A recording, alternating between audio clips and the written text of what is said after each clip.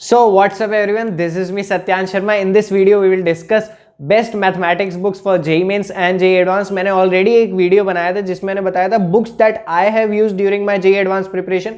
उससे तुम्हें हो सकता है ज़्यादा हेल्प ना मिली हो, क्योंकि एक्चुअली में मेरे को तुम्हें ये बताना चाहिए कि तुम्हारे लिए कौन सी पर्टिकुलर बुक सूट करेंगे. तो मैंने थोड़ी बहुत रिसर्च की सारी बुक्स पे और उसी का कंटेंट मैं इस वीडियो में तुम लोग के सामने रखने वाला हूँ. जो भी मैंने पॉइंट्स पिक किए हैं हर एक बुक से. First book that we should follow is NCERT. You may have heard many saying that NCERT is quite easy, क्योंकि जेई मेंस और जेई एडवांस में मैथमेटिक्स इज बिट टफ, तो NCERT they won't consider it very easy. I also don't consider NCERT that much, but कुछ ऐसे topics होते हैं JEE Mains exclusive topics, for example mathematical reasoning, statistics and vector 3D हो गया. Vector 3D में तुम अगर NCERT सॉल्व करोगे और फिर जब जेई एडवांस के क्वेश्चन सॉल्व करोगे तो तुम देखोगे कि वेक्टर 3D के ऑलमोस्ट सारे क्वेश्चंस NCERT से डायरेक्ट उठ के जेई एडवांस में आते हैं. बहुत ज्यादा डिफरेंस नहीं रहता. तो कुछ पर्टिकुलर चैप्टर्स होते हैं जिनके लिए हमें डेफिनेटली NCERT को फॉलो करना चाहिए. सेकंड बुक ये रहती है आर.डी. शर्मा का. काफी लोग मेरे से डाउट पूछते हैं कि भैया आर.डी. शर्मा ऑब्जेक्टिव करनी चाहिए या आर.डी. शर्मा सब्जेक्टिव करनी चाहिए. तो मैं तुमको पर्सनल अपना बताऊं तो मैंने NCERT तो नहीं सॉल्व की थी, मैं डायरेक्ट आर.डी. शर्मा सब्जेक्टिव पे जाता था. उसमें भी जो MCQs होते थे उनको पहले सॉल्व कर लेता था, क्योंकि JEE Mains JEE Advance MCQ oriented exam में तुम्हें वहां सब्जेक्टिव क्वेश्चन सॉल्व नहीं करने. MCQ सॉल्व करता था, fill in the blank solve करता था. फिर भी अगर चैप्टर का कोई कॉन्सेप्ट वीक रह जाता तो फिर मैं जाके उस चैप्टर की एक्सरसाइजेस सॉल्व करता था सब्जेक्टिव वाली.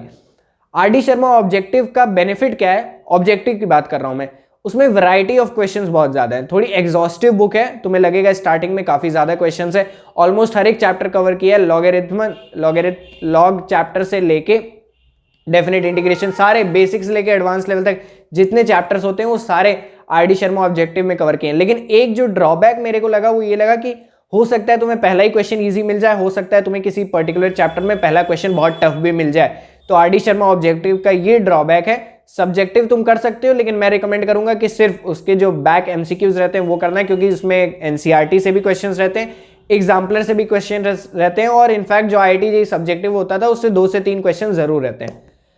थर्ड बुक जो हमारी लिस्ट में आती है, थर्ड बेसिकली एक ऑप्शन रहता है सिंगेज और अरिहंत में. मैं तुमको यहाँ शो कर देता हूँ. ये मेरे पास सिंगेज की थी, algebra, right, it is an old edition. ये थी कैलकुलस की, और ये थी मेरे पास अरिहंत की. मैंने वेक्टर 3D वाली ऑर्डर की थी जेई मेंस जेई एडवांस से जस्ट 1 मंथ बिफोर, दो मैंने उसको ज्यादा सॉल्व नहीं किया था.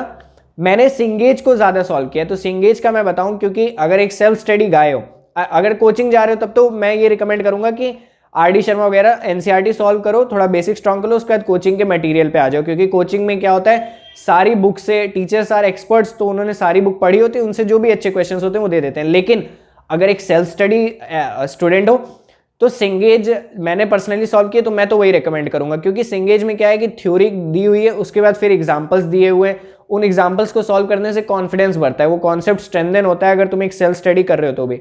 फिर एग्जांपल्स के बाद एक पर्टिकुलर रेंज ऑफ टॉपिक्स हो गए, फॉर एग्जांपल 2 से 3 टॉपिक पढ़ा दिए, उसके बाद उसकी एक्सरसाइज दे दी. ये सिंगेज का मेरे को सबसे अच्छा पॉइंट लगा. जैसे यहां मैं तुमको दिखाता हूं, यहां ऑल पॉसिबल कॉम्बिनेशंस, ये जो परमिटेशन कॉम्बिनेशन वाला चैप्टर है, तो ऑल पॉसिबल कॉम्बिनेशंस है. यहाँ पे एग्जांपल्स दे रखे हैं तुमको, सारे इलस्ट्रेशंस दिए हुए हैं.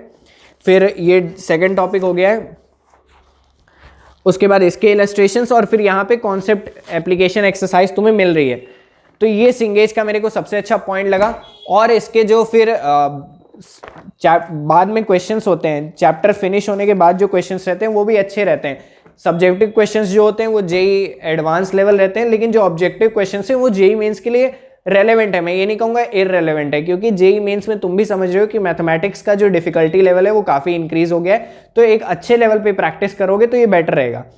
अरिहंत में थोड़ा सा अलग है. अरिहंत में जैसे वेक्टर 3D की बुक की अगर मैं बात करूँ तो सेशन 1, सेशन 2, सेशन 3 करके एक पर्टिकुलर चैप्टर को डिवाइड किया, उसके क्वेश्चंस दिए हुए हैं. एंड में एक फाइनल एक्सरसाइज दी हुई है लेवल 1 लेवल 2 करके, और फिर प्रीवियस ईयर दोनों बुक्स में इंक्लूडेड है. सिंगेज में ज्यादा इंक्लूड किए हुए हैं, तो वही रिकमेंड करूंगा. इसके बाद जो फोर्थ बुक, एक काफी कॉमन डाउट आता है, दो ये जेई के प्रिपरेशन से उतनी रेलेवेंट बुक है नहीं, दैट इज SL लोनी. ठीक है, मेरे पास कोऑर्डिनेट ज्योमेट्री की बुक थी, मैंने इसको पूरा नहीं सॉल्व किया था, राइट, बहुत कम मैंने इसको सॉल्व किया. और इसको तुम्हें पूरा सॉल्व करने की जरूरत भी नहीं है, बिकॉज आई फील कि ये सब्जेक्टिव बुक हो गई है. जेई एडवांस में ऑब्जेक्टिव क्वेश्चंस आते हैं, दो कॉन्सेप्ट्स लिंक्ड रहते हैं, लेकिन इट्स बेटर कि इससे अच्छा तुम अरिहंत या सिंगेज करो, बिकॉज जो ऑथर्स हैं उन्होंने डेफिनेटली ये बुक पढ़ी होगी और इन्हीं से उन्होंने अच्छे अच्छे क्वेश्चंस को एक ऑब्जेक्टिव पैटर्न दे दिया होगा। तो इससे बेटर है तुम वो पर्टिकुलर बुक्स पे ध्यान दो, राइट।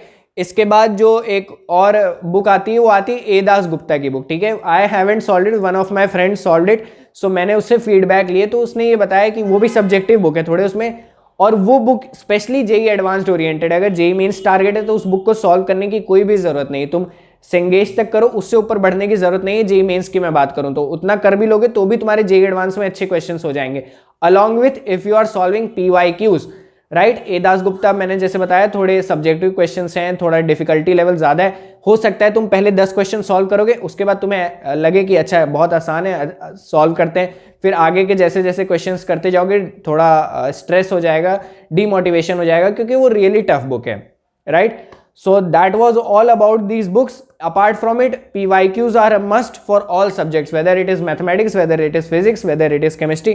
और सिंगेज और अरिहंत के मैंने तुमको लिंक दे दिया होगा डिस्क्रिप्शन में, वहां से तुम चेकआउट कर सकते हो इन बुक्स को। So that's it, I hope you enjoyed the video, thank you.